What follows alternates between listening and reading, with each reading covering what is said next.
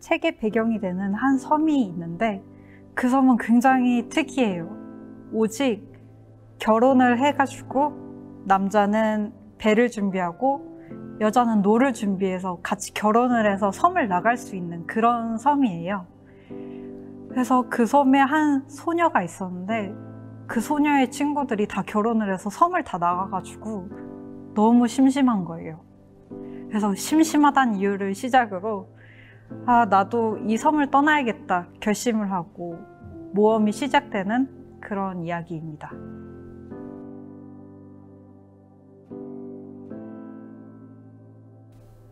이 책의 주인공은 어떻게 보면 굉장히 부족할 수 있는 주인공이에요. 보통은 여기에서는 섬을 나가기 위해 배 하나와 또 노 2개가 필요한데 여기에 나오는 친구는 노를 부모님께 하나밖에 받지 못한 거예요. 그래서 만약에 노가 2개 있었으면은 다른 사람들처럼 사람을 만나서 밖으로 나갈 수 있었는데 노가 하나이기 때문에 모험을 떠날 수밖에 없었던 거예요. 여기에서 제 이야기를 하자면은 저도 굉장히 부족했어요. 제가 그림을 그린다고 했었을 때 너는 재능이 없으니까 할 수 없어 라는 말을 들었어요. 그렇다고 제가 공부를 한다고 했었을 때도 또 학교 선생님이 너는 공부 머리 재능이 없다고. 제가 초등학교 때 별명이 금붕어였어요. 하도 뭘 말해도 까먹고 하다 보니까 나름 열심히 하는데도 성적이 안 나오니까 학교 선생님이 저한테 직접적으로 말하더라고요. 소리야, 너는 열심히 하는 척을 하고 있는 거지? 라고 말을 하시더라고요. 근데 저는 그게 아니었거든요. 근데 저는 그래도 그림책이 좋으니까 부족해도 하고 싶은 걸 하기 위해 계속 앞으로 가자고 생각을 했어요. 근데 제가 부족하다고 느낀 점 때문에 오히려 저는 그거에 대한 가치를 알게 된 거예요. 제가 기억력이 안 좋다 보니까 그림을 그릴 때도 보고서 외워서 그림을 그리는 게 아니라 계속 그 사물에 대해 관찰을 할 수밖에 없는 거예요. 그래서 제가 부족하다라고 했지만 저의 그런 점 때문에 그게 장점이 돼서 작업을 계속 쭉 이어나갈 수 있었고 또 남들과는 다르기 때문에 다른 작업을 할 수 있었다고 생각을 해요. 그래서 제가 주고 싶은 메시지는 그런 부족한 점 때문에 새로운 것들을 경험하고 또 모험을 할 수도 있고 또 나름 다른 사람들과 다른 그런 장점들을 많이 얻을 수 있다. 부족하다고 해도 그거에 대해 좌절하지 말고 자신의 길을 가다 보면은 나만의 그런 행복과 가치를 얻을 수 있다라는 메시지를 주고 싶어요.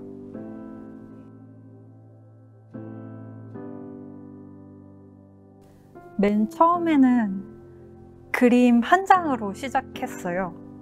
뭔가 그때 당시에 생각했던 게 제가 대학교 때서부터도 생각을 했었던 작업인데 내가 무슨 이야기를 하지 않아도 장면만으로 궁금증을 유발할 수 있는 그런 그림을 작업을 해보고 싶다라고 해서 숲을 뛰어가는 신부를 그렸었어요.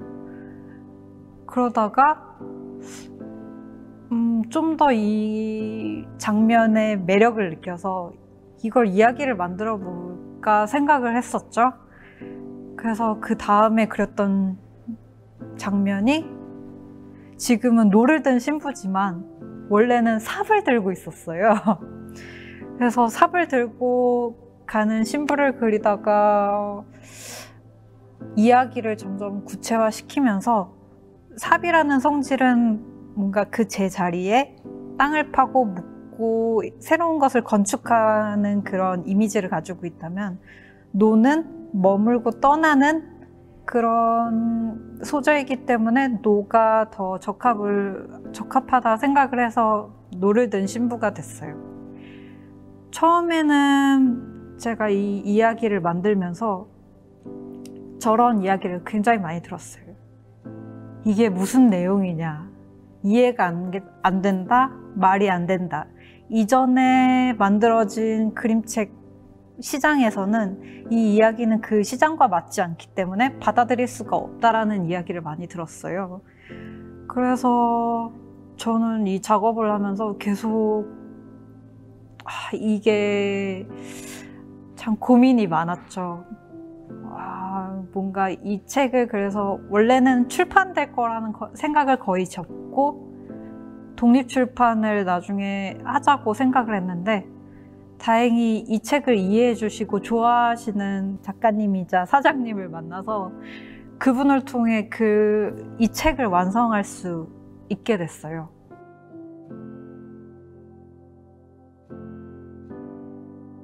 먼저 이 책은 저는 이 작업을 수채화로 작업을 했어요.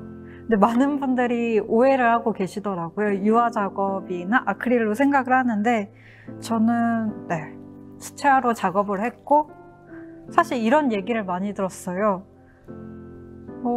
수채화를 이렇게 두껍게 쓸 거면은 차라리 아크릴이나 유화를 하는 게 좋지 않을까라는 얘기를 들었는데 저 같은 경우에는 수채화를 벗기고 또 덧칠을 굵게 칠할 수도 있고 이런 다양하게 변화가 가능하기 때문에 수채화를 선택을 했고요.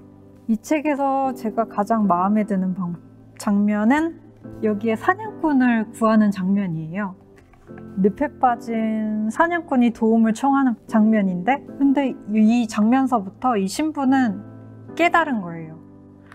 노는 단지 배를 적기 위한 도구라고 생각을 했는데 사람을 구할 수 있네?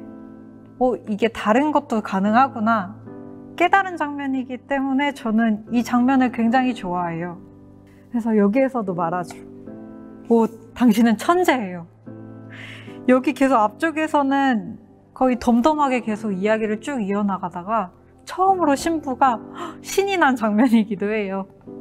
그래서 저는 이 장면에 가장 애정을 가지고 있고 또 의미 있는 장면입니다.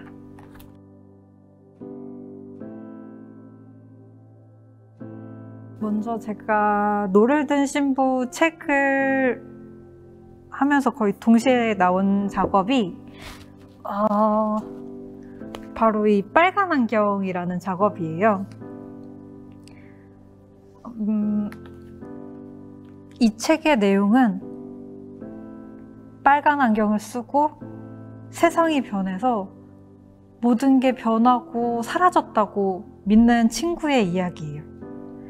그래서 여기에는 안경이 들어가 있는데 이 안경을 쓰면은 그 주인공의 시점으로 내가 믿고 있는 여기에는 아무것도 없어 라는 그런 시각을 볼 수 있는 거예요.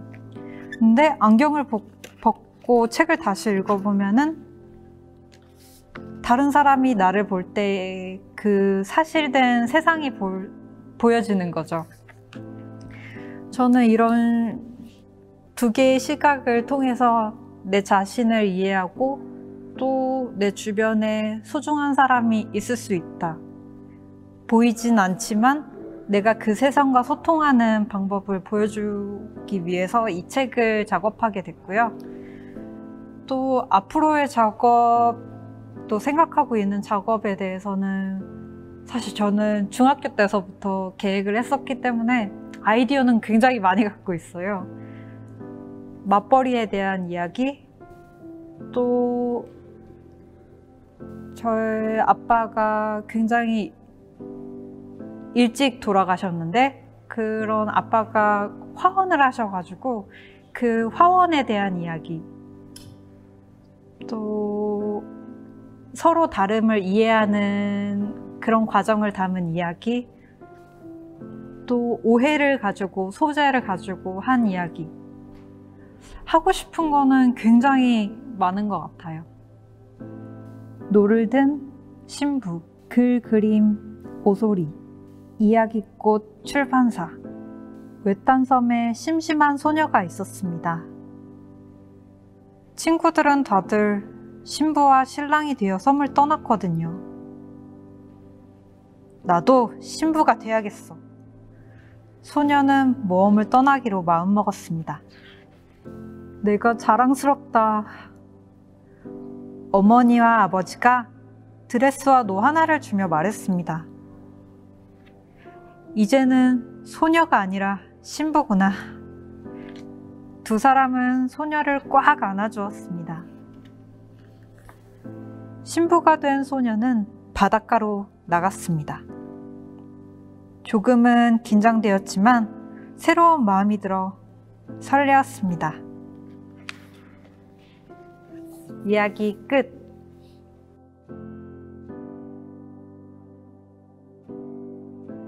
독자들에게 말하고 싶은 말은 제가 많이 부족한 상태로 그림책을 시작했고 또 많은 거절을 걸치고서 지금 이 자리에 오게 됐는데 사실 이런 부족함 때문에 저는 이 이야기를 쓸 수 있고 그 부족함 때문에 모험을 시작할 수 있었다고 저는 생각을 하고 있어요. 그래서 자신이 부족하다고 느껴도 그거에 대해 좌절하지 않고 그 부족함을 가지고 더 모험을 떠나고 길이 없기 때문에 더 많은 선택권을 가질 수 있게 되는 거거든요.